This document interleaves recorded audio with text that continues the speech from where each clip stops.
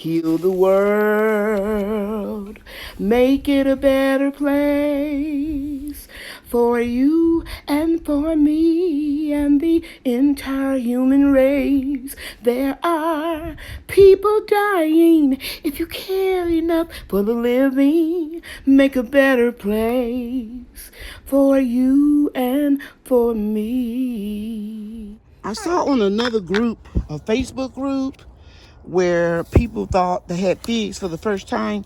They thought when they change leaves like this that they have some type of disease. And I answered and let them know, no, that's normal. You know, this is going to fall down, but I removed these for a reason, to show you how quickly the leaves will drop. For those of you that are growing figs, this is my brown turkey fig. I bought the cuttings from eBay. I don't think it's a brown turkey fig. I think it's something close to it that's compatible in my area. That's beautiful, just nature. But these figs don't get real dark. And this fig is ripe. When it snaps off that easy, it's ripe. And let me share something else with you. When they're getting ready to turn ripe, they can go from, let me see, let me drop these things, these spray bottles down there. They can go from this size, see that one right there in my fingers? They can go from this size to this size in a matter of days. When they start ripening, they start swelling up and retaining that moisture. And man, I'll go in the house and wash my hands since I've been playing in the soil. And this will be super, super sweet. But this is a cutting that I got from eBay. And I honestly don't think they're brown turkey figs, because they don't get real dark, okay? So sometimes you don't know what you're getting from merchants. Some are more honest and have more integrity than others. I'm just removing some of these leaves that's going to drop anyway, so when Bria and I come through here, we can find the figs real quick. Okay, so this was a pencil-sized cutting. And let me share the story with you about the pencil-sized cutting. Bria was a little baby, maybe 2 years old, and she saw me harvesting greens. So she was on the patio. I turned around and she said, "Greens, big mama, greens, greens." And she pulled up the turkey fig cutting that I've been rooting for several months. And I literally cried. I sure did. Because it was something I had done for the first time, rooting the cutting, and was happy about it. It was putting on leaves. And Bria thought she was helping me, thought she was harvesting greens too. So anyway, I bought more cuttings. I ended up buying 4. I rooted all of them. I gave 2 away, and I kept these 2. This one, and I'm gonna take you around to the other side and show you the other tree. And here it is in the ground, much bigger. Let me look and see if I see any figs. I think I collected them yesterday. And I started helping them along because they turn about the color of these leaves, and sometimes I can't see them. So don't be discouraged when you see them about that. Whoops, messed up. You see them about that size? Don't be discouraged. They will get bigger. They will swell up and start. See, look, right here. I was being careful because I squeezed that other one in my hand. And I mean, it's really soft. Did you see that? It's really soft. Dropped it on the ground. But I found it. Yes, I did. So I like to move those leaves. The leaves are there to deter birds, but at this point in the game, the birds already know they're here. And you got to get out here and get them before they do. And next year, I'm going to net the tree. I'm going to net the tree maybe from 6 feet on down and let them have all the ones on the top. Okay. All right. Now, I was talking about those mimosa trees. Let me show you where they are. They're right here, being protected. They're going through the fall change, the foliage. There's one right here in this pot, and then there's one right down here. Let me move that out the way. Right there in that pot. Okay. I realize it's going to take a long time, but this is how I plan to shape these trees. I have patience and I'm just going to have some fun and I'll share it with you. At different times of the year, I get a powdery mildew fungus on my plants. And even in the wintertime, I can get that same strand of fungus, but it'll be a liquidy fungus because of the high humidity in the greenhouse. Anyway, I've tried a lot of different home remedies. There are a lot of different types of funguses. Those home remedies don't work. This particular fungus, let me show you what I use. Okay, so now it's currently 60 degrees, and here is the Serenade disease control concentrated. You can use this fungicidal on all your plants, all kind of organic gardening. Now, the only thing about this is, if you can find a better source than I can, let me know. I've been buying this off of Amazon. Since the pandemic, they have gone up from $29.99 to $69.99. I bought this product about 4 years ago. I just have a lot of different products that I buy and I keep on hand, and I just use them sparingly.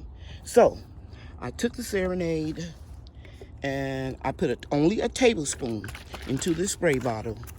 And then I'm just going to spray everywhere where I see powdery mildew. Now, I know some of you are going to leave in the comments, try milk and water, try baking soda and water, try peroxide. But I've got a unique strand of fungus that I get every year that all of those remedies don't work for me. This does, the Serenade. So don't, I'm not trying to be rude. You all know that. You should know my heart by now.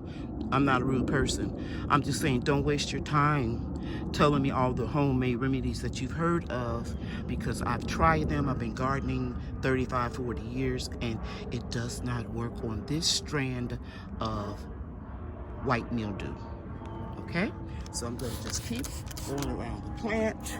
I'm going to spray everywhere.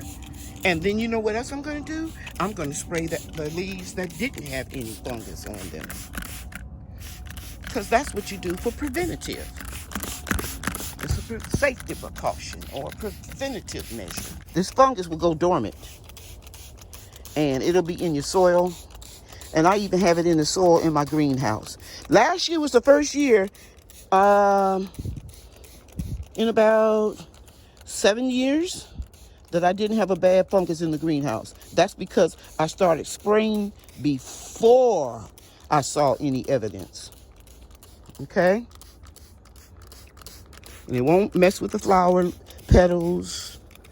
Spray them to spray everything. And I'm going to go around and spray in this side, and you'll need to keep watching me do this. I'll be back. Hey, everybody. I was blessed to receive a plant, a rooting, from a very dear lady named Miss Irene, and she also sent me some other seeds. I'll tell you about that later. But I'm outside with Bria, and we're going to plant this plant, and I'm so proud to receive it. Her name, like I said, is Irene, and what she has sent me is called Maximilian Sunflower. And she says it's actually a wildflower, but it's very pretty, and it looks cute against a fence or some type of structure that has maybe a trellis, because it can grow up to 8 feet tall and might even fall over with the weight of the flowers. So I had some zinnias in here, and of course, they died bad. And so the plant came real moist. She had it in pick the bag up right there, sweetie.